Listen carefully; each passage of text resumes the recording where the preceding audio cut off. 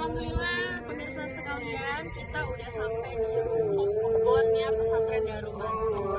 Ini kita nanamin cabe-cabe, ya bisa dilihat ada cabe rawit, ada macam-macam, ada timun, ada buah apa lagi pun, ada anggur, ada kesemak, ada durian, semuanya kita tanamin Kak.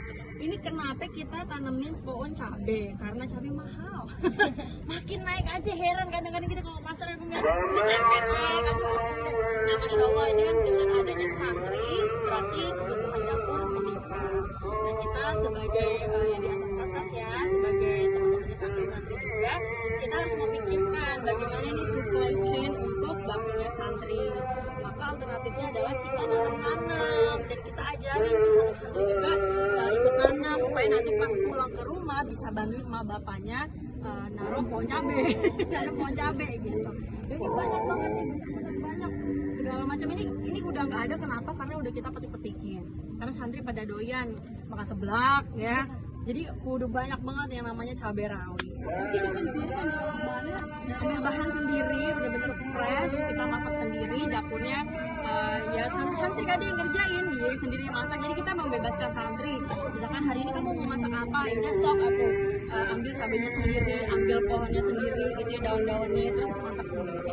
Gitu. Jadi lebih hemat, jauh lebih hemat karena kita harus berpikir untuk kesenjangan kan. Kita mikirin berbagai macam aspek, kayak contohnya kerudung juga ya, jilbab itu kita manfaatin warga sekitar yang punya konveksi sehingga jadi hidup juga ekonomi. Ini murah karena kan grupnya Darul Mansur itu besar. Di antaranya ada Darul Quran yang berbiaya agak middle up ya, sehingga dari situ kan bisa turun tuh distribusinya, kemudian subsidi silangnya ke yang bawah-bawah, sehingga yang middle low gitu ya, yang kelas-kelas menengah ke bawah juga punya kesempatan untuk merasakan pesantren yang kelasnya sama seperti dapur dengan biaya lebih terjangkau. Nah, salah satunya untuk penekanan kayak kos, biaya dan lain-lain, ini adalah salah satu contoh. Jadi memang ayah kami Siti Mansur ya suka banget ingetin orang-orang untuk nanam, miara gitu. Kita punya kolam ikan sendiri, punya kebun sendiri gitu. Insya Allah ntar yang lain makin nambah. Kenapa namanya Darul Mansur? Karena biar kalau kata papa emang agak lucu nih kalau kata papa kami gitu ya, pengen punya nama kampus, nama pesantren yang nggak nunggu orangnya meninggal dulu baru dikasih nama. Contoh misalkan kan banyak tuh kampus-kampus yang dikasih nama insinyur siapa tapi orangnya baru nggak ada. Jadi pengen bikin legacy ketika papa masih hidup gitu ya.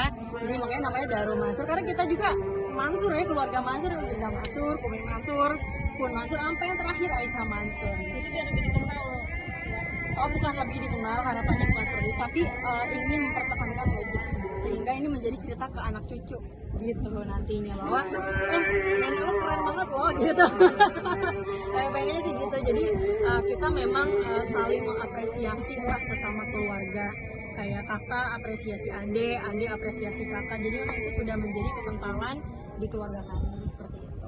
Apa sih Darul Mansur ini? Darul Mansur sendiri sudah ada sejak 2021. Itu cabang pertama kami ada di Purwakarta Wanayasa. Sekarang sudah ada 200 lebih santri dan Masya Allah sudah meluluskan hampir 1000-an lah. Karena ini udah lanjut gelombang-gelombang kan. Alhamdulillah ini yang kedua ya Kum ya, yang kedua ini di Tangerang. Apakah ini termasuk proyek dinasti? Wah ini Masya Allah ya, enggak lah.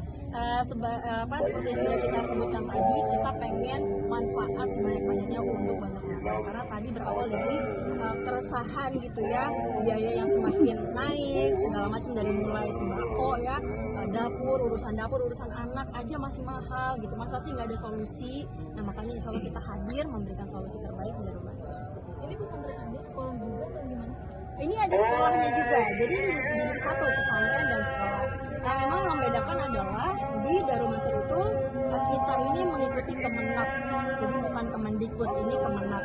Ya nantinya setiap santri tetap akan dapat ijazah dan ijazahnya diakui oleh negara karena dari negara itu sendiri dan bisa dipakai untuk masuk ke perguruan tinggi. Apa beda sama Darul Quran? Dari segi bedanya juga yang pertama, kalau Darul Quran itu mengikuti Kemendikbud, kita Kemendak. Kemudian yang kedua dari biaya itu jauh banget. Di Darul Quran itu kan sampai up to 30 juta. Nah ini kita cuma 4 jutaan aja, jadi kelasnya tentu jauh banget dengan sekelas Daku secara fasilitasnya.